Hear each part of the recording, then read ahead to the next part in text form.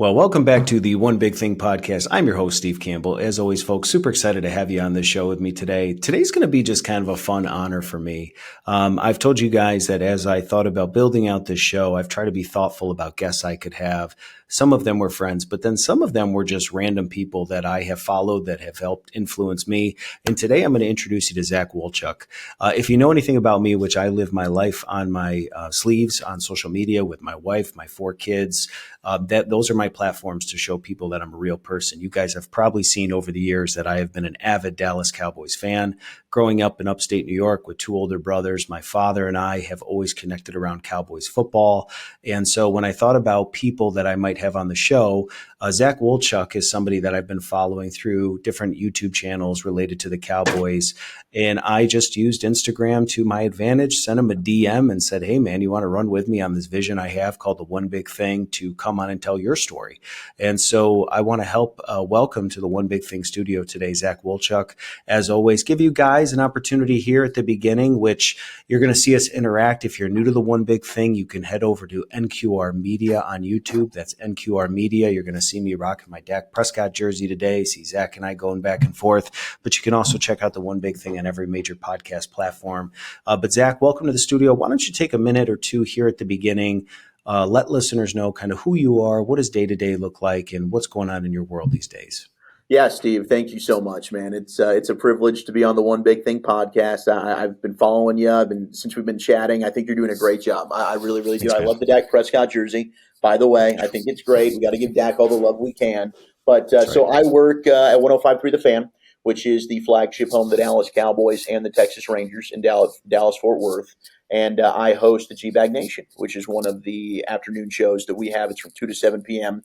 weekdays here at 105.3 The Fan.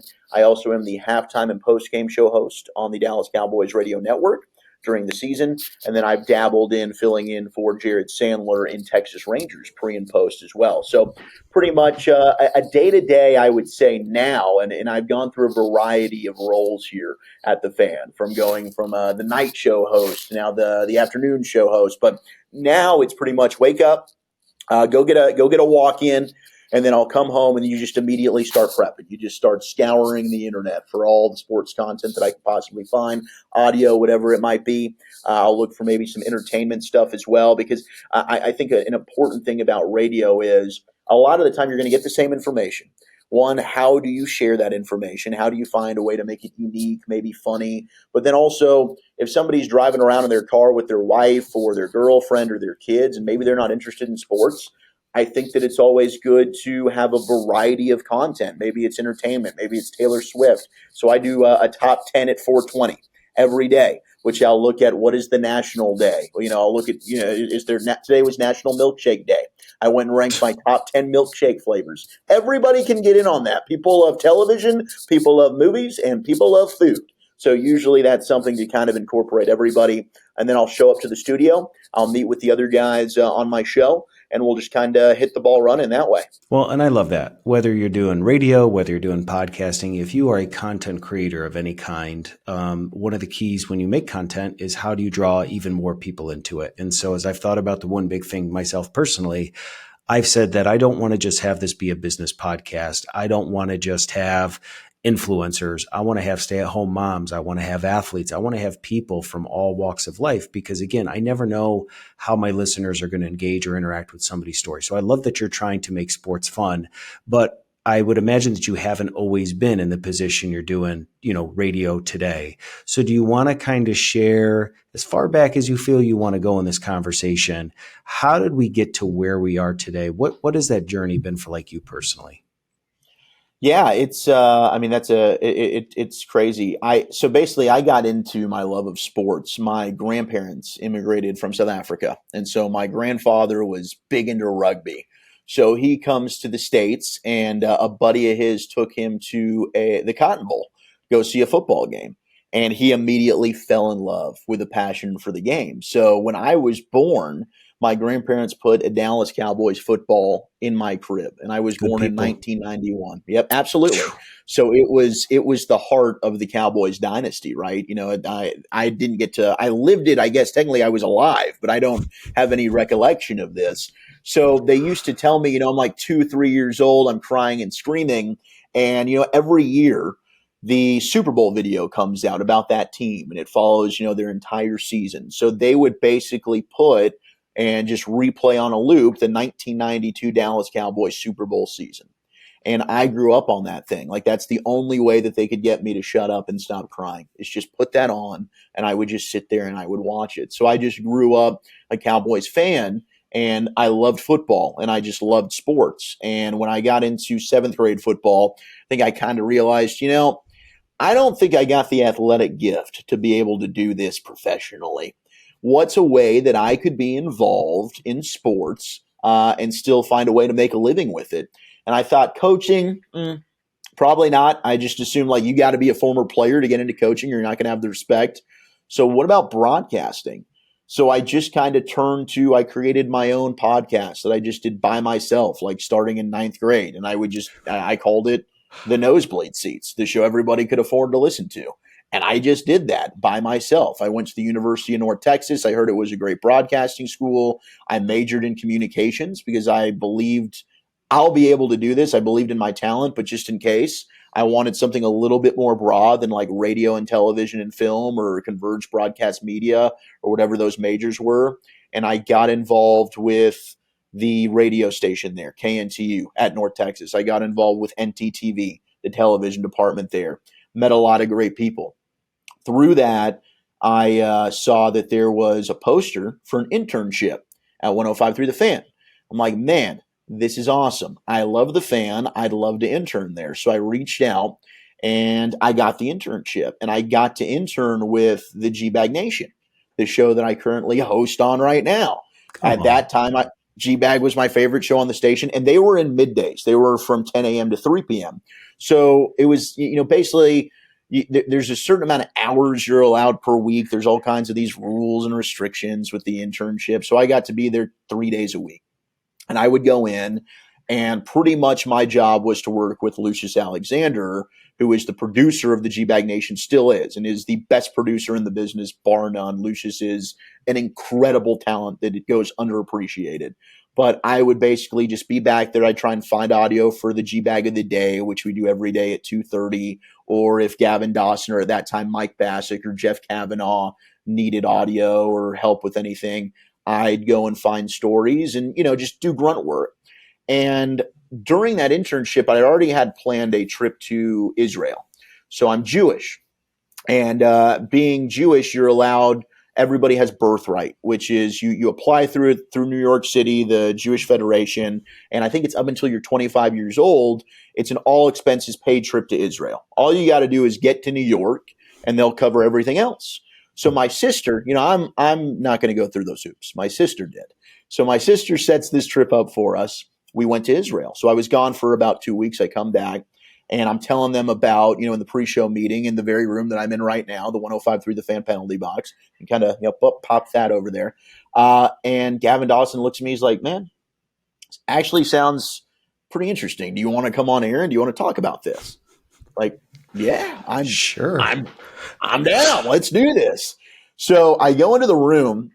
He looks at me and he says, you better be really, really entertaining and interesting, or else I'm going to cut you off and we're going to kick you out. I said, okay, no pressure. One shot, one opportunity. You better capture this or you're going to let it slip.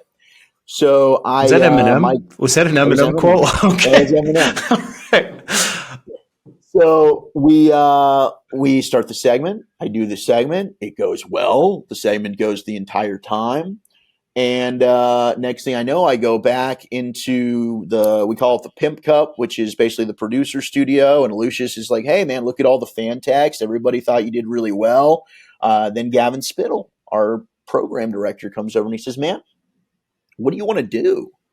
I said, I want to do this. I want to be a talk show host. I want to be a sports host. I mean, my dream was always to eventually take over for Brad Sham and be the voice of the Dallas Cowboys. There's still time. I don't know that. You got it. Maybe. I think my buddy Kyle Yeomans might have that cornered. But either way, I would still love to get in the booth with him, as a color guy. I would always do the color broadcasting like at UNT when we did the Denton ISD game of the weeks. But I love that. I mean, I love calling football games. But I told him this is what I want to do. So he put me in the side studio. I recorded some demos. And even when the internship was over, I think that they had some interest in bringing me aboard in some capacity. And so I had one semester left at UNT. I graduated in December. That November, I reached back out, and Tim Collins, our assistant program director, said, "Hey, timing's right, man. We just actually had somebody leave. So do you want to come? We'll come interview." And I ended up getting hired part time. And from that point on, that was in 2016. So I worked as a part-time guy at the Fan doing literally every single job that was thrown my way, whether it was pulling highlights for Cowboy games, pulling highlights for Ranger games, working overnight board hopping where I would come in at 11 p.m. and I would work till 5:30 a.m., or the weekend shift where I would come in at 11 p.m. and I would work till 8 a.m. And I got paid $10 an hour to do this, but I didn't care because I was pursuing my dream and I believed that eventually this would work out. And on the side, I was still doing my Nosebleed Seats podcast. And the beauty of it at going to North Texas is through that NTTV, which I brought up earlier, there's a show called Sports Zone, which I auditioned for. And they basically, I was cast as a host, and I was going to alternate shows with another guy who they cast as a host. His name's Eric Chiafalo. And Eric Chiafalo is now my co-host at the Fan. And Eric got to talking with me. It was just after I got done with the internship at the Fan. He's like, "Bro, I love the Fan too." I'm like, "Dude, I can help you, give you my contact information. Maybe you can get on with the Fan." And then he said, "Do you want to go to lunch sometime?" He takes me to lunch to this taco shop called El Pariente. We sat down. He's like, "Dude, do you want to do a podcast together?" I'm like, "Eric, I've got a podcast that gets maybe 10 listens or 10 views a podcast. I'd love you to join me." I talk to myself for about 30 minutes to an hour every single show. So Eric and I, we do the Nosebleed Seats together, and that really took off from there. And we would send our stuff to Gavin Spittle. Eventually, through climbing up the ranks, doing all the grunt work and whatever job was thrown my way, probably 4 years into my career at the Fan, working part-time, they offered me a weekend shift. I started doing weekend hosting. And they were like, "Hey, we're going to give you more opportunities. Holiday fill-ins. I would host with Jesse Holly or Parker Hillis or whoever it was." And then Eric got hired. And then Eric, after a period of time, they were like, "Okay, we'll put you on the weekends too." I said, "Hey, why don't you guys just put us on together? We'll just do the Nosebleed Seats. We'll do our show. We'll take it to the Fan," which was always kind of a dream of mine. "And we'll see if you like it." Well, they liked it. And then the timing's everything in this business. And I've been able to fast track this. I did a lot of BS work. Don't get me wrong. And did not make any money. During all of this, I was still working as a manager at Chick-fil-A to actually earn a decent income. And I was a manager at Chick-fil-A for about a decade to be able to support this. So eventually they're like, "All right, Ben and Skin are leaving the station," which was our midday show at the time. And they promoted the night show, which is the KNC Masterpiece, which is now our current midday show. And we said, "Hey, we want that night show, which is 7 p.m. to 11 p.m., weeknights when the Rangers aren't playing." I said, "All right, we'll give you a shot." Well, they gave us a shot, and we lasted there for 3 years. We became the number one night show in the market. And then there was an individual that left the G-Bag Nation, Jeff Kavanaugh, and an opportunity opened up to be able to jump into afternoon drive. They came to Eric and me and they said, "Hey, we want each of you to try out to fill that spot." We said, "No, you take us both, or we're not going to do that." I mean, I'm somebody that's extremely loyal. I'm not going to put us in a position where there's some kind of like weird friction. I mean, obviously you got to look out to yourself for an extent, but I think we're better together than we are separate. And they said, "Okay." So they tried us out. They tried a couple other guys out that are very, very talented as well. They came back to us after the process and they said, we're going to offer you the job." Wow. So we got to move from the night show to now host what has been the number one afternoon drive show since we've joined in DFW. I mean, we're competing. We've been number one. We've dropped to number 3. But ever since Eric and I have been on the show, we've been a top 10 show. And I'm very, very proud of that. And it's been a long road with a lot of ups and downs and some, things that go on with the business that I don't know if they'd love me to talk about, but I'm an open book. You can ask me anything you want. But Sure. yeah, it's been crazy, man. It really, really has. When you take a step back and you look at it, it's a blessing, and the thing that, the steps that go along with it on the way, you just Yeah. always got to have the belief, and there were times where I thought, I don't know that I'm ever going to get there, but I never quit believing. And I gotta, thank my parents for always having my back and pushing me to do that. And then, of course, my grandparents, who I've lost recently this past year, for Oh, giving I'm me that sorry, man. initial. Yeah, no, I mean, yeah. Thank you, thank you. I mean, this is the first Cowboy season I've had without either of them, and Wow. if it weren't for them, I probably wouldn't have these kind of dreams or aspirations, because they're really the root of it all. Well, I think, not that you and I even talked about this with your grandparents beforehand, but I don't know what it is about sports and familial bloodlines, but for me, there's something about going back to being a little kid with my dad that I don't know if I told you leading up to this show. One of my dreams over my lifetime was to go to a Dallas Cowboys game in Dallas with my dad.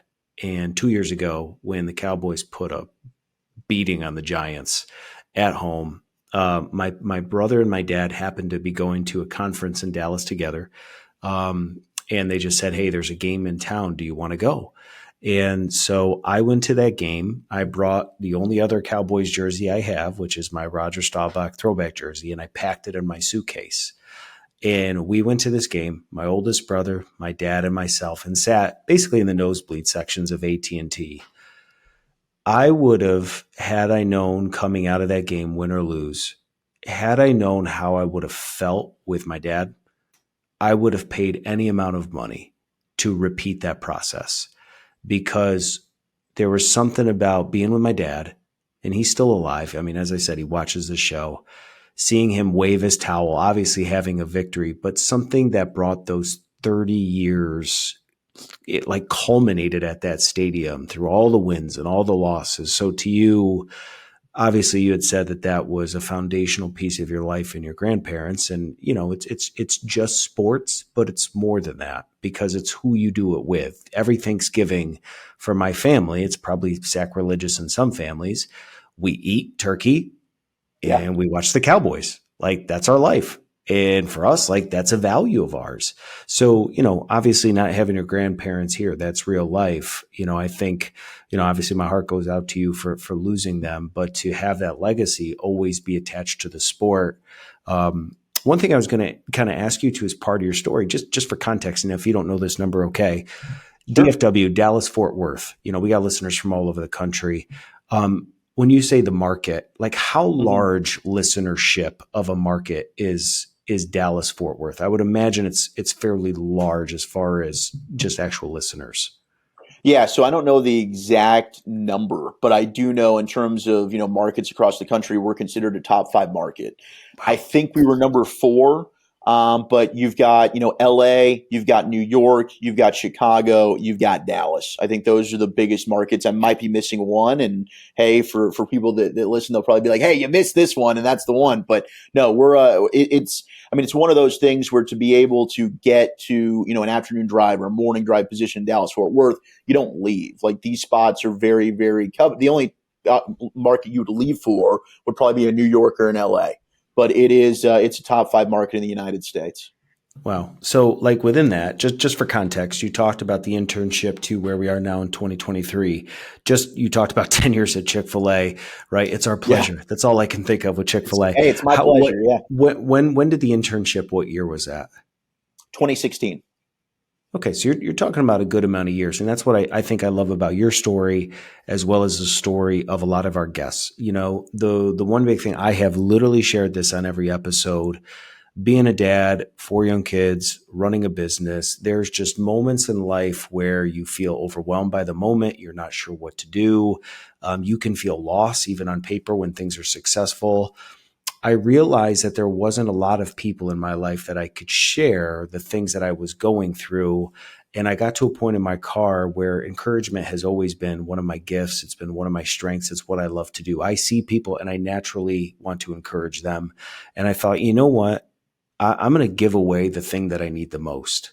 And so I started the one big thing with this vision of, man, with every guest, I'm just going to love on them, bring them on, let them tell their story and encourage them.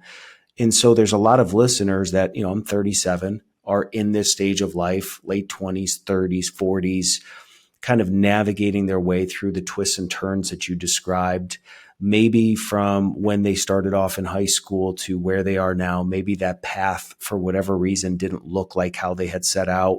But what's been cool about every one of these podcasts is that if you're consistent and you're faithful to the process and you're willing to put in the time, so many people in our generation get knocked with a label of not wanting to work hard and being entitled. And is that true? Sure. I mean, if you want to take that broad of a brush, I could probably find a handful of people that fit that narrative. But what's been cool about this podcast is it's been an opportunity for people to have a voice that, for all those years in grinding and barely getting paid. And, we don't all understand radio and broadcast. Just to champion you for a second to get to where you are together now and seeing you with Eric. Obviously, as a fan, I see you guys all the time. But to people that don't know, obviously head over to 105.3 The Fan. You can watch it on YouTube. You can listen. I think that story that you shared really can resonate with a lot of people who, whether it's professionally, aren't where they thought they would be, whether it's relationally, they're not where they thought. Maybe they've had a loss in their life like you've gone through, whether it's a grandparent, a parent, a spouse, a child, God forbid. And there are people that out there that just need hope. And I think what's cool about your story and what I picked up from it is, obviously being a huge Cowboys fan, it sounds like you got a little Micah Parsons in you. For those of you that don't know, Micah Parsons is probably one of the best defenders to come out of Dallas in years. And why I'm saying this is I watched a little bit of his NFL documentary that as he was training, he visualized playing for the Dallas Cowboys. And he basically convinced himself and spoke into life, I'm going to Dallas. And there was this very cool video of draft night where he really, on most people's radars, because I remember listening to you, didn't seem to be a consensus pick for the Cowboys. But when you get to see this like back footage of this guy was literally professing, I'm going to go to this team. And when his phone rang that moment, when I listen to your story, what I think is very cool is like, this is the radio station that you wanted to work for. And yeah, if in 2016 they would have said you want the afternoon show, I'm sure you probably would have accepted it in open arms, but you probably would have failed miserably because it takes making mistakes on air. It takes dropping the ball. It takes mistakes in life to fine tune our skills so that what you see today, it's very easy for people, especially with sports, to be armchair quarterbacks or armchair coordinators or ask better questions. Or it's never been easier in 2023 for people to be critical of people they've never met, assuming that they can do it better. But I think what's cool about your story, and I kind of want to dive into a little bit, is just those big life lessons that you've learned along the way that have propelled you truthfully through self-determination and just, consistency being there. What has been kind of in your world to where you are now, being one of the highly sought after radio shows, what's been the big life lessons? Or if you could look back to encourage a younger self, a younger Zach, if you had to look backwards to when this started, what are the wisdoms, the truth nuggets that you would share to that listener who's out there today that just needs a little bit of inspiration? I would say probably perseverance. You can't give up. You got to keep pushing forward. And there were a lot of times, I'm working during the day at Chick-fil-A. I come back, I'm then, got to get ready for a show, come back and do the 7 to 11 show. And you think, my gosh, you're just going to be a part-time person forever. Should I end up looking at changing careers? Is this enough for me? Am I okay with that? But you've got to have self-belief. And if you have that and you have that drive and you believe in yourself and you want something bad enough, you will tough it out until eventually you achieve that goal. And I'm fortunate enough to have said that I've done that. I've been able to accomplish that. And hopefully, it continues to just improve and get better and better. But, I think a lot of people probably went through tough times during the pandemic, right? Mm-hmm. Well, for us, we got offered a full-time contract at the Fan literally a week before the pandemic hit. I was finally going to be on salary. I was finally going to be making benefits. I would have been able to, move out of mom and dad's, get a place for myself, and not have to work at Chick-fil-A. A week later, the sports shutdown happens, right? And I'm thinking to myself, oh gosh, okay, what's going to happen here? We signed these contracts, and then there's a freeze on everything, right? Nothing's moving forward. No new full-time hires. Little did I know, 3 years later, I still don't have that contract back. I'm still just grinding and gutting it out, the same thing you've always done. And you look up and 3 years has passed, and you're thinking, my gosh, how long can you really keep doing this? And then the opportunity to join the G-Bag Nation, the afternoon drive show, emerges. And that's how ultimately we were able to get the opportunity to get a full-time position. And you make the most of that. So perseverance, belief in yourself, as much as you doubt or you think maybe something will never happen, if you will it and you want it enough, it will. And you gotta keep grinding through all the trash, and eventually it will pay off for you. And it has. And there's still some things, obviously, that behind the scenes, we deal with that hopefully eventually, are better for us in terms of, a financial situation. But either way, it doesn't matter. It's an honor and a privilege to just have the platform that I have and to be living literally what has been my lifelong dream in my home city of Dallas-Fort Worth. I was born and raised in Plano, Texas, born at Medical City of Dallas. To be able to cover the teams that I've grown up loving and being a Dallas Cowboys fan above anything else, they were my first love, is surreal, man. It really, really is. Well, and I didn't even plan to go there in that moment, but just when you're a fan of something and then you are thrust into an opportunity to be exposed to the people that you kind of fan over, like what has that experience been for like you personally, that, we are all tuning into NBC, to Fox, to CBS, to watching these larger than life characters on screen. We're buying their jerseys. We act like we know them the way we comment, but you're around them all the time. What has it changed for you over the years that it's like when you meet these Cowboys players, like you just kind of like, them, whereas like if I saw them in the airport, I'd be like, holy crap, should I go say something? Like, what has that maturation process been like that is almost like you belong here and like they're getting to know you, but like how has that evolved for you covering media with these athletes? Has it been a change at all? Oh man, that's interesting you bring that up, because personally for me, no, I have to hide the fanboy. I do. I've got to hide the fanboy in me every time this happens. Like if I were to go, I've interviewed Dak a few times now. If I were to see Dak in an airport, Dak's the nicest human being you'll ever meet in your life. I would be like, ooh, should I go up and say something? Like, would Dak even remember me? I don't know. I probably wouldn't. Like I'm not that type of person that's going to go do that. But in an interviewing situation, no. The only time it's really been like I'm nervous, I'm like, oh my gosh, the moment's too big for me, was Jerry. Jerry Jones sits down across from you, and he's in just sweatsuits and sunglasses, and he's looking at you. And he's okay, I got two new guys here. I got two old guys that I know who the hell they are.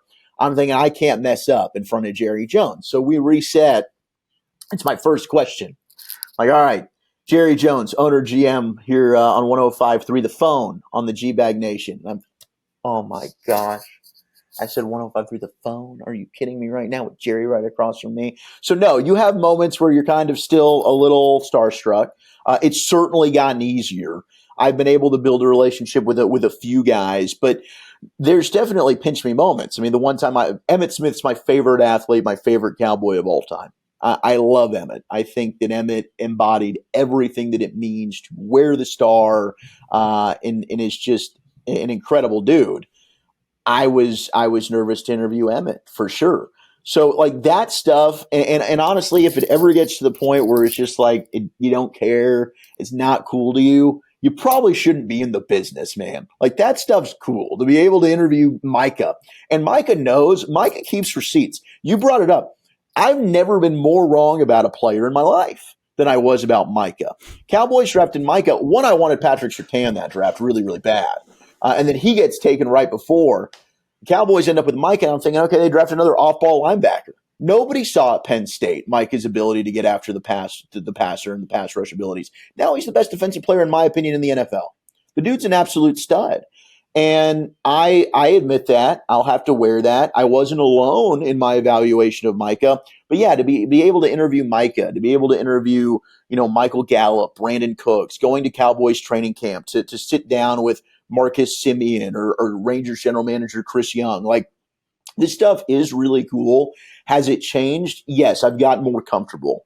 I don't, to your point, I don't feel like I don't belong here. I feel like I've earned this right. I'm good at what I do. But in individual settings, I think the shy little fan in me will always come out. And I'll be like, no, I'm not going to go up and say anything to them. I don't want to bother them. You know what I mean? That stuff it will always be surreal. It will never feel natural. Well, I'll tell you, I had the honor and privilege of playing college lacrosse. I played at Rutgers University, and my junior year, we had this new recruit come in by the name of Steve Belichick, and his dad happened to be Bill Belichick. And here we are at practice. There is Bill Belichick in jeans and a flannel on the sideline, just supporting his son. And here I am like, holy crap, that's Bill Belichick. So we do this after game event at a restaurant. And I kid you not, he's at a table by himself. I'm like, this is my moment. I don't even know what that means, but I was like, this is my moment. I pulled a chair up, and it was about as close to Chris Farley's SNL skit when he interviewed Paul McCartney and asked him if he liked the Beatles. I sat down across the table from Bill Belichick, and my brain went to mashed potatoes. And I was like, so you like football? And he mumbled, and he goes, yeah, I like football. And I was like, that's awesome. That's so cool. Have you always liked football? And he was like, yeah, I really like football. And I left, and I was like, nailed it. But I walk away now, and I'm like, oh, such a goober. But I think when you meet these athletes, I guess I'm curious about this too, because I've maybe experienced this. And again, we didn't talk about this, so maybe it doesn't resonate with you. When you have these ultra high moments in life, serotonin kicks in, your blood is flowing, you're sitting in front of Dak Prescott. Does life in other ways just become so ordinary that it's almost disappointing? And I don't mean that to sound weird, but I think sometimes when you're, I don't want to say the pinnacle, but you're ascending into success, whatever that looks like in business, or maybe you found the love of your life and you're finally married. It's the thing you've always been waiting for. You've always wanted to be a parent. You're doing a thing on stage. You're a singer. You're a musician. I've found that if I'm not doing sometimes the things that, like this podcast, make me come alive. There's no thought to what I'm doing. My brain just literally knows what to do. I'm having a conversation. If I'm not careful, when the microphone's not in front of me, I can almost be disappointed that I'm not like doing this. And I don't know if that's resonating with you, but because you talk to these larger than life athletes, that I'm sure when you leave, you text your buddies and you're like, holy crap, I actually pronounced Jerry Jones' name right. Like, is there ever through this process of being in media where maybe it's when the microphone's not in front of you that you've had to like work through, like, where are these emotions coming from? Because things are good. I'm on TV every day. I'm on radio like, why do I feel like something is missing? Do you ever experience that? Yeah, I think that like when there is naturally, like when you're on a high, the come down almost, it's things are just kind of, you're plodding around a little bit, if you will. Like, especially on shows like that, when you're early on in the show, you've got a great guest, you interview Dak, and then, okay, we still have 3 hours left of the show. Right? You still got to make those 3 hours of the show great, but you were on such a high that now that's gone. I don't know. Let's talk milkshakes. Right. What? Yeah, exactly. Okay, I got to find a way to just like fire myself up. I mean, I have noticed, to your point, I mean, I've never really thought about it, but yeah, you get home after the show and you're watching Netflix or whatever it is, and then you're watching a show, but then you're also looking at your phone. It's like almost something's not. You're easily bored. You're easily sidetracked. You're trying to find something for your mind to get consumed by and to be all in on. And I do. I think that might kind of be like an adverse side effect to where, yes, it's not almost like this is dull or this is life isn't quite as complete right now, but yeah, it's not able to consume you in the same way that certain types of those moments are when you're able to have such a high and an unbelievable experience that you'll always remember when you get to meet these people and talk to these people and go to training camp or go and cover a Cowboy game or a Ranger, whatever it might be. That where yes, everyday life at times can seem like, well, this is kind of quiet and dull right now. Like I need something a little bit more exciting. Yeah, I found when we do our start, stop, continue at the end, I had said in my first episode with my wife, who's incredible, that my stop was the endless scroll of Instagram reels Mm-hmm. or just YouTube videos, because I have found that for some reason, the stupidity of just watching 8-second clips takes me to a place mentally where I don't have to think about being a dad or my responsibilities or work the next day. And I think what we're basically trying to do is almost divert that feeling that we have when you're in a meeting with a client or you're on the radio or you're in the operating room or you closed a deal. Those parts of your life are a blessing. They're an honor. But if we're not careful, and our identity can somehow be caught up in that, then finding ourselves kind of in the mundane of life is where maybe sometimes people start to get early onset depression, or they don't, have a way of allowing their mind to sort through. And this is something I've talked about with my lot of guests, is just taking control of your emotions. Like, where do thoughts come from? Not allowing yourself to dwell on things that really you shouldn't be spending any time with, and just like being aware that there's going to be sometimes things going through your mind that aren't the best for you today. But I just think with you being in media, that's kind of fascinating, because you've kind of achieved in many ways the thing that you set out to do. You're living in many ways the life you wanted to live with the sports team that you grew up supporting. I mean, is that common within sports radio that most, radio hosts support or love the team? Or for many other people, it was just the job? If Milwaukee called today, like, I'm out. If Philadelphia called today, I'm out. Like, is it rare to find somebody that not only loves what they do, but loves the team that they're actually covering? I think yes. I think more so it would be your point of, people are living in Kansas City or name the city, and then eventually they're able to work their way up to bigger markets. Like I know our morning show hosts, Sean Sharif and RJ Choppy, who I love and do a fantastic job, but Sean's from Maryland, RJ's from New Jersey. Here they are now in Dallas because they wanted to get to a bigger market, and now they're covering the Cowboys. Gavin Dawson, who I host with, is from Portland, Oregon, right? So I do think it's probably more so you have people that work their way up from other cities that eventually, get the call to Dallas or to Chicago or, Philadelphia, wherever it might be. That's a bigger market so that they can, continue to climb the ladder. So, I think I'm very, very lucky. There are some others, even at our station that I know, like Corey Majors, who hosts the KNC Masterpiece. Eric is one of those guys as well. But yeah, I think it's rare, and I think I'm very, very blessed in that regard to where, yeah, the team that I love happens to be in a big market, Sure. but also it kind of fell into place for me to be able to, achieve the goals and climb up the ranks at the station that has given me that type of opportunity. Well, I got kind of two-way. Here's your choose your own destiny book we kind of grew up with as kids. There's two trains of thoughts, kind of two questions. You can answer either one and we'll jump into it. I think what would be very cool is, in one way, talking about how you've just gotten better at your craft.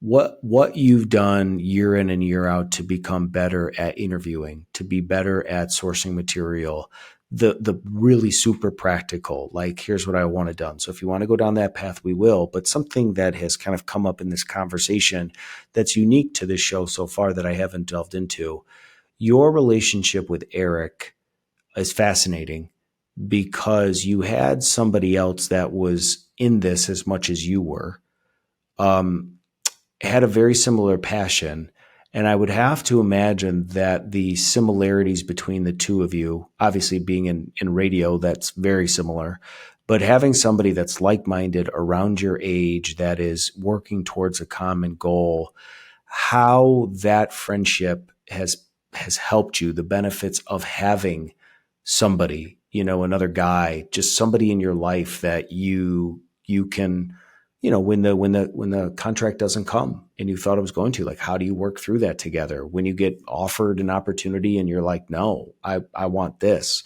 So within those two realms, is there one that you want to tackle? And I'll make sure that as the host, we come back to it, either the super practical, just how you've grown as a professional, or just talking about friendship in general and what this relationship with Eric has kind of helped you through kind of in this journey of yours. Oh, there we go. Okay. Yeah, I think the latter is fantastic. I could quickly answer the first part, in terms of a way of improvement, especially with interviewing. That's this trying to make it conversational, which I think you do a great job of, but people don't get that, right? You want to have a conversation with the guest. You want to try and make that person feel at home, feel comfortable, because then they're able to open up more to you, and you're able to get more from that experience both ways, right? So many times I think early on, I was just generic in questions. I'm like, okay, I felt forced to ask this, ask that. Yeah, I think you just be yourself, be true to yourself and try and have a conversation. That was always advice that I got, when it comes to interviewing. And I think that's a way that I've improved just by the repetitions, just by doing it more and more and more, has helped me.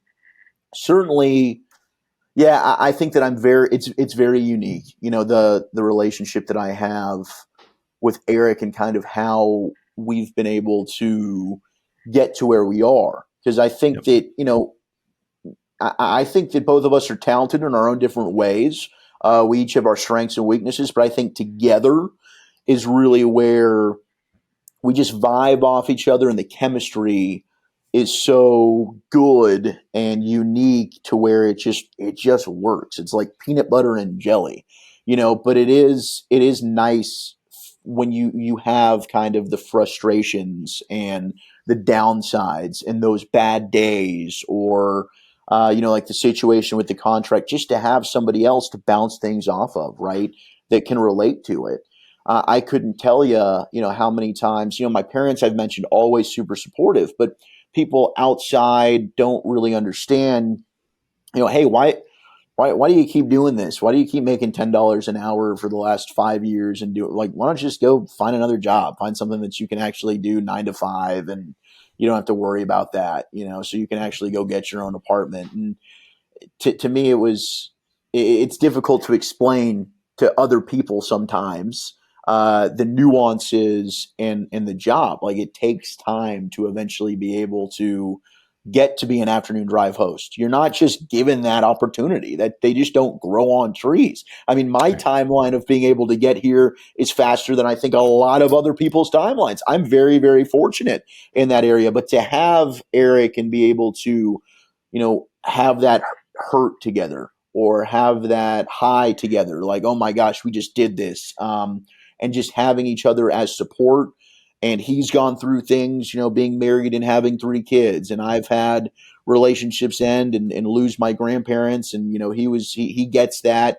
It's something that I wouldn't trade for the world. And also, the loyalty, I think, is not something you always get in this business. I think it can be very, very selfish, and people are always looking out for themselves. But to have essentially a ride or die that I know has my back and has my own best interest, and I feel the exact same for him, is something that helps. And I'll tell you, you get, much like NFL players do, and it's different, right? It's not as big of a scale. Like Dak Prescott will throw one interception and it is blown up and everybody's talking about it on ESPN and Fox Sports 1. And for instance, Josh Allen will have a bad game and that's not getting covered. Why he doesn't play for the Dallas Cowboys? But Josh Allen's turnovers ain't new to people, okay, that have been paying attention. But you'll get one bad text that says, like, hey, your voice sounds like you got a shoe in your mouth, or you stink. And then you'll get 10 great texts talking about how much they love the show. But it's that one negative text that will resonate with you. And I'll go home and think, do I suck?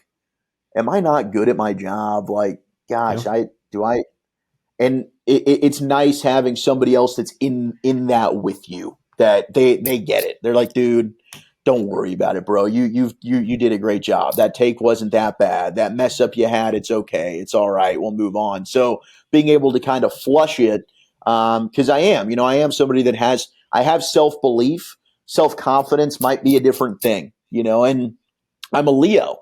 So, Leos need to be, kind of have their ego stroked a bit, get the words of affirmation like, hey, you're doing a good job. I do need that from time to time. And I can easily get down on myself and beat myself up about the slightest mistake or the slightest negative comments you get. And it's not healthy. And I've had to learn and grow from that. Well, I think you just touched on a lot of things. That is what makes us all human. And for me personally, I never realized too that I'm of the same way. Words of affirmation, whether it's my wife, colleagues, I think because of the way maybe I carry myself, people don't always feel the need to have to tell you did a nice job, but it is nice to hear. That's why to any of you, and I mean this sincerely. If you've been trekking with this journey with me on the One Big Thing and this show has resonated with you, I'm not pleading with you to do it, but if it has meant something, please reach out to me because it's the fuel. It's the fuel that keeps you going and it's not always doubt, but just time, things, sourcing guests, doing things. Does anybody even care? Right. When you're a podcaster, you have these analytic numbers of how many people downloaded your show and who's listening to it. And, for me, a lot of podcasting is creating Instagram reels and shorts. And it's easy. It's easy when you're the one creating it to get stuck on the numbers, to get stuck on how well is something performing. How many people have tuned in? Has anybody made comments? Has anybody reshared it? And if you're not careful, when you put yourself out there chasing your dreams, you can get stuck focusing on all the wrong things, casting that vision, having purpose as to what you're doing, and not worrying about what people say along the way, keeping people close to you. But I think for you, we've talked so much with a lot of my guests who are married about just naturally their spouse is their best friend. But in life, whether you're married or not, we all also need people that we can confide in, that we can do life with. And, it's almost like the older we've gotten, the farther you get away from middle school, high school, college intimacy, which many times is misconstrued, but just having an intimate relationship with another, in our case, another guy who's your age that is just in the thick of it like you are, there's such value in that. Because I can tell you for me personally, there are certain things that maybe I don't want to talk to my wife, Stephanie, about. Not because I don't want to, but one, I don't want to weigh her down with things that I'm kind of still sorting through personally that I haven't got all the answers for. But two, she doesn't deserve that all the time. And just having somebody like an Eric in your life that, cherish those relationships, because life is going so fast. And I say this all the time. Life many times does not make sense. There are things that happen beyond our control that none of us know are going to happen. I am a huge champion for cherish people that are in your life right now, whether it is a healthy, dynamic, you love each other relationship, or things could probably be better if I'm being honest. But there's going to come a day where you just don't want to look back and be like, man, I wish I would have called my sibling or loved on this person or asked forgiveness. So I think it's special what you and Eric have, and to have, somebody in 2023 that you can confide in and support and champion each other. I just think is just a huge, undervalued thing that I think many of us beyond just coworkers and things that we do life with. So definitely appreciate you sharing that. Anything else kind of along your journey, Zach, that, again, our audience, spans all different walks of life. Anything that you want to share about your journey that's been unique, or perspective that may be coming into this you didn't know? It could be about media. It could just be about life in general, but just some like, that was interesting. Kind of just those moments where, you didn't expect to kind of have maybe the outcomes of some of the things you've went through. Yeah, I think that, people talk about social networking, right? To your point about relationships, man, this is all about relationships. It's all Hmm. about who you know. Some of it is just being in the right place at the right time, Sure. but don't like, I would say one thing that I've definitely like meeting somebody, conversations, like you can't take any of that for granted because Hmm. you never know. I mean, think about, I meet, to your point about the relationship with Eric. I meet Eric during Sports Zone, a show we're doing in college together. He reaches out and says, "Hey, do you want to go have a lunch?" And he talks to me about wanting to do a podcast. From that podcast, we've now been able to get onto 105.3 The Fan. We took our show onto The Fan, a show that I was doing by myself from ninth grade in high school. Like, you just never know how one conversation, one lunch date, one thing can end up having a great impact and transform your life. And, you can't take any of that stuff for granted. Um, and I wouldn't change. I don't think there's anything that I would change or go back and do differently. Certainly maybe there's things that have happened that you'd say like, oh, darn it, I'd like to have done that better or this better, but it also helps you grow as a person. So, I think that just little things like that, little moments, and even, what we were talking about with the highs and the lows and, just trying to be present, trying to just enjoy and take everything for what it is. These are all things that I'm trying to improve on and be better as well. So we're always growing, we're always improving. And, I just think little things like that is something that's good to take a step back, and just look at what you've accomplished. Because I think we are so busy, go, go, go, go. Sometimes we don't really take enough reflection, and we stop and realize, like, okay, look at where I am. Like, look at what we've done. You've done a pretty damn good job, and maybe just appreciate that instead of being so darn, you know, looking at trying to get to the next thing. Because I feel like our society is somewhat about that, right? We want everything now. We want to consume everything in little bite-sized clips. Appreciate what you've done. Love yourself, and try and just do better every day. Well, and to make it personal, has there been anything for you from a practical level that's allowed you to kind of step back and enjoy the process? Is there anything that's a part of your day, just a part of your life that you might want to share? Yeah, so I did go to therapy after Hmm. the loss of my grandparents. I did. I mean, they were the two most important people in my life, and I never, you're never ready for loss. You're never ready to deal with that. But I did. My parents talked to me. My mom's gone to therapy. She's an advocate for that. My sister deals with mental illness and has gone to therapy and is an advocate for that. And so I always have been, but I just never have taken it upon myself to go do it. So I did. I decided, you know what, I'll go. I'll go. And certainly that has helped. Um, Hmm. and fortunately I've got an amazing girlfriend who will probably be a fiance very, very soon.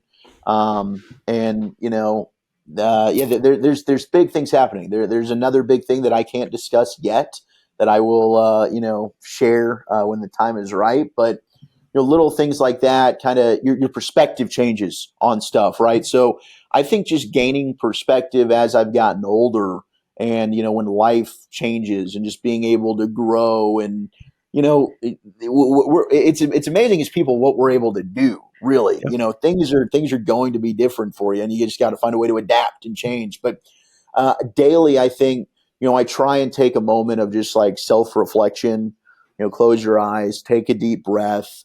Not necessarily meditation, which I know I've actually had people talk to me about, and possibly I've considered maybe doing. But just even if it's just for literally a minute, just by yourself, just to have that kind of serenity, I think it's important to kind of just clear your head from the chaotic, crazy nature of the world that we Yeah. live. Well, guys, I don't like leaving people with cliffhangers. I know that Zach said we got a big announcement. Eric, and I are bringing back the Nosebleeds podcast. I'm going to be your new Let's co-host go. with the two. Let's But I think, go. I think that's kind of a cool framework that Travis and I, which we host another podcast called Ditch the Suits, which I'll give a little shout out to our sponsor of this show. Ditch the Suits is a podcast that I co-host that our story is to help you get the most from your money in life. A sponsor of our show is Seed Planning Group. If you are a listener, doesn't matter from your 30s, 40s, 50s, 60s, what have you. If you are somebody that is looking for understanding about how to make money finances work for you without commissions, without conflicts of interest, consider contacting Seed Planning Group.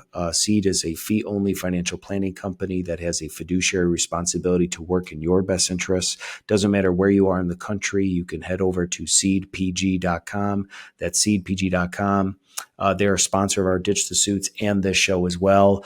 But Travis and I, our moniker is to get the most from your money in life. And one of the simple frameworks that he's developed is this concept of how might we or what if. And this is going to sound super elementary, but from a very practical standpoint, when you are faced with a dilemma, with a situation, a vision, it could be a good thing in front of you. You want to launch a podcast, you want to go into radio, you want to start a business, or you're just faced with a situation that nobody could have planned for. COVID happened. Like, how are we going to keep the doors open?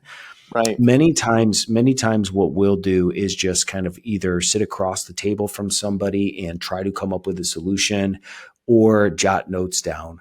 This little concept that we've developed for our business and has helped a lot of people is reframing the question starting with how might we?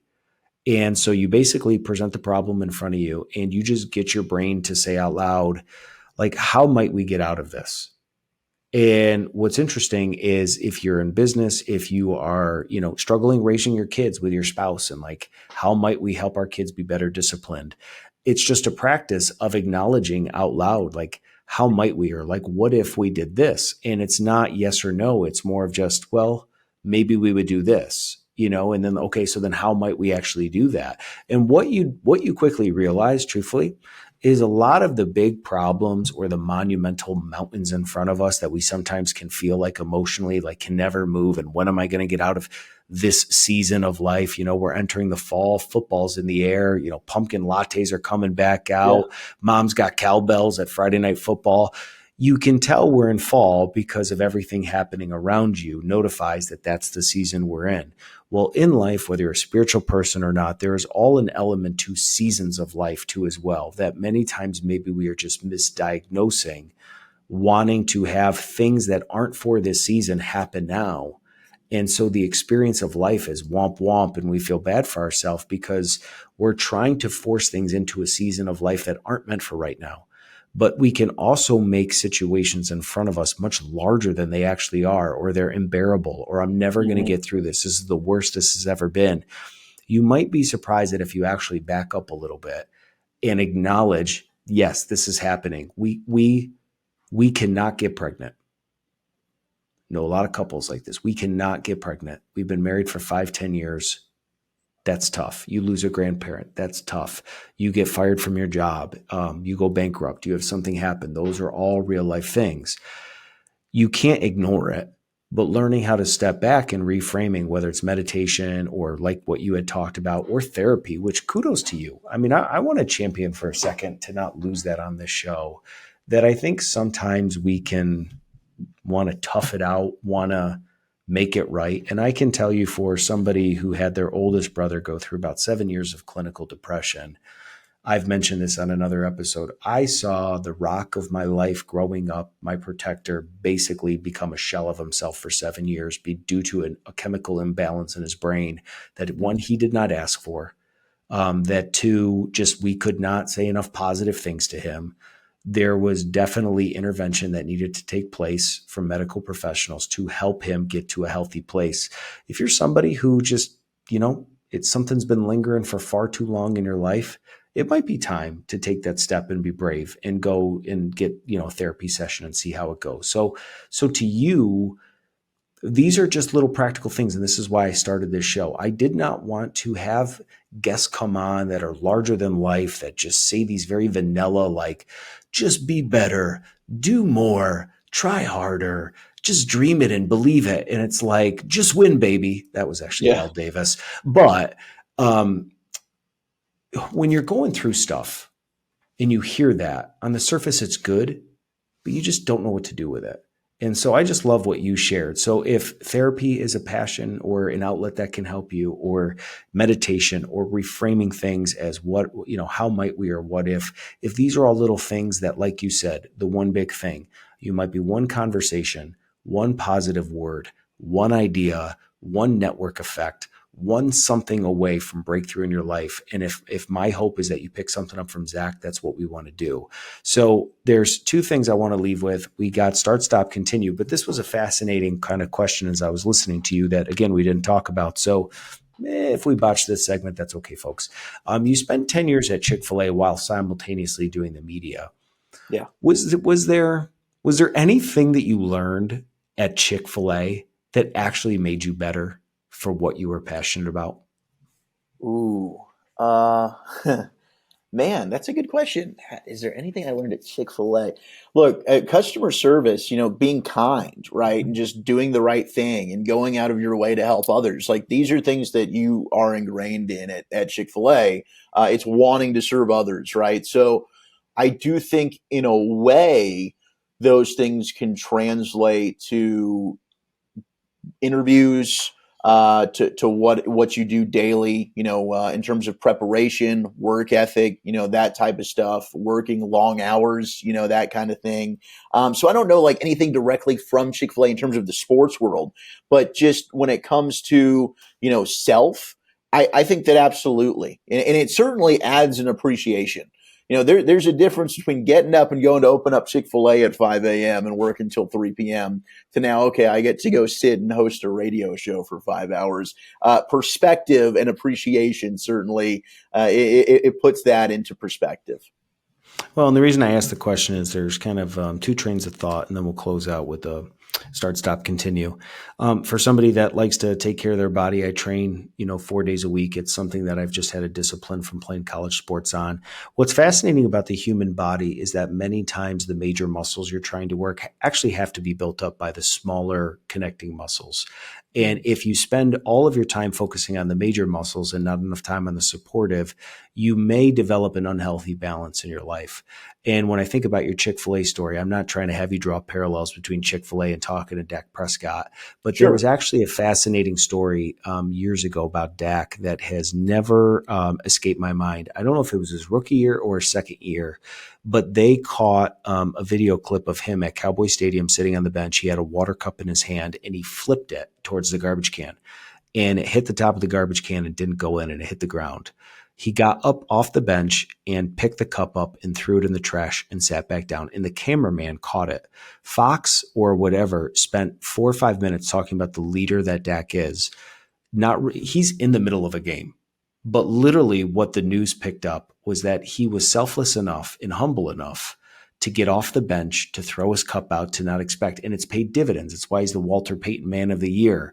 So not that you were trying to draw parallels between Chick-fil-A and your work, but I know that whether it's me podcasting in my business world or coaching my kids, some of the greatest life lessons I have learned is trying to teach 5, 6, and 7-year-olds through flag football and T-ball that you can do it, that I'm Yeah. proud of you, that get to the next play. And that like translates when you talk to clients and people later on, because we all have that innate desire to be recognized and helped. So why do I say all of that? If you are somebody who is trying to make sense of the moving parts in your life, maybe just begin to be a little bit more inward looking about, are there things in my day to day that maybe I could be doing differently, whether it's a heart posture or the way that I'm valuing people or just the moods that I'm in that could actually be prohibiting me from moving into the next season of life because I haven't quite figured that part out. So a little bit deep, an hour long in the conversation, but I think it's a parallel to your story. So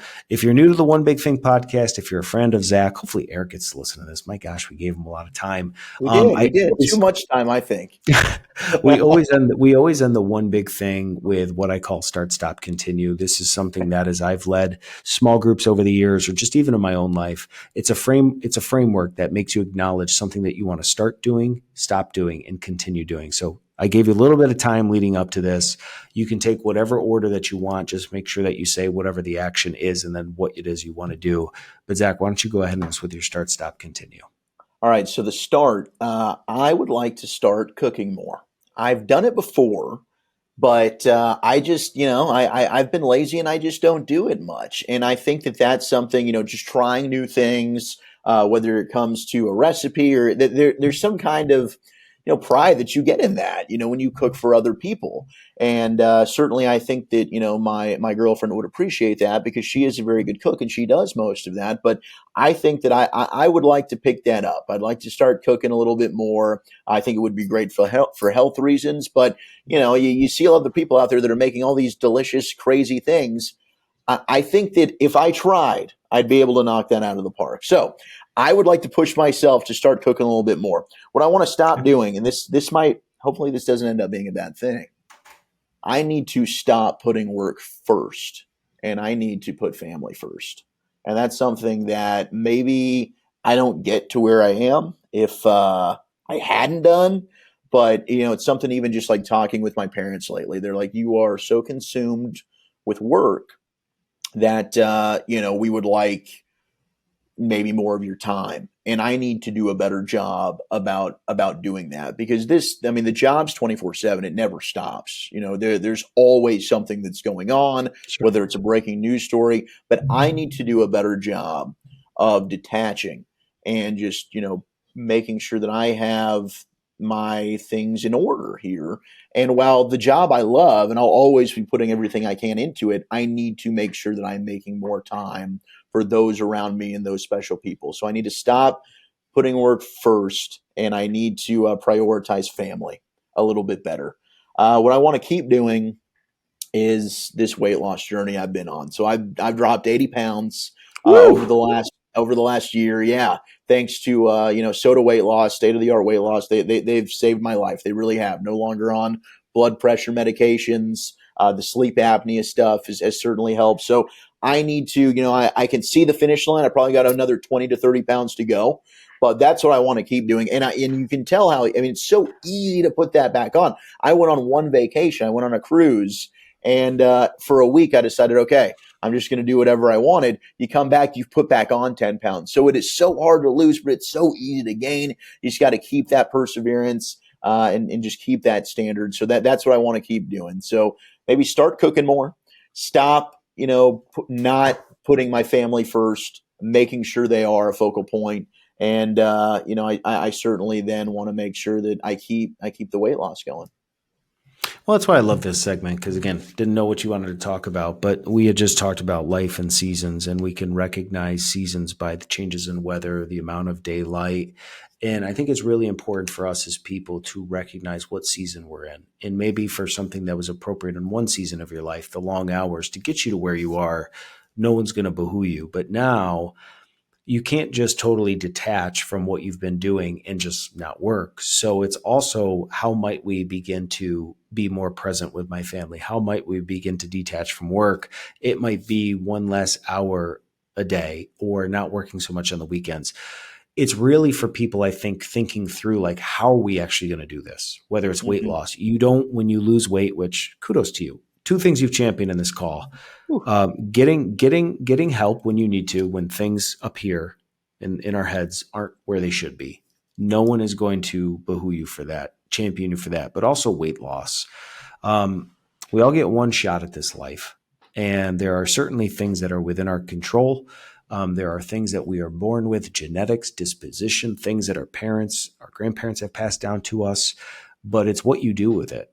Right. And I think that there's a lot of people that can feel bad for themselves, which there's definitely time to do that. But then there's time to take action. And so I think what's been cool about this conversation today is I get snippets of you on 105.3 The Fan. And I've always been a fan of yours, just due to your commentary. It's the way that you come across on screen that lets me know that this is kind of who you are as a person. So I've appreciated that. But I think what I've appreciated more so is just getting to know you on this show today. Because you're a real person that I felt like, honestly, if we connected, we'd have a ball together. You've been through stuff. Obviously, my condolences to you for your grandparents. I'll be thinking of you during this football season. Those are all real things. And you never know how one listener of this show, regardless of where they are, you could be an inspiration to them. So I just want to, continue to challenge you to do the things that you set out to do. Know that you're making a difference. I will put in the show Zach's contact information. If you want to follow 1053 The Fan or on Instagram, he's been gracious enough to come onto the show. But partner, thanks for making one heck of an episode. Thanks for being available. Thanks for taking a chance on this random guy that DM'd you. You could be one conversation away, folks, from having real life change. So as always, appreciate you stopping by the One Big Thing. And until next time, let's move the ball forward together.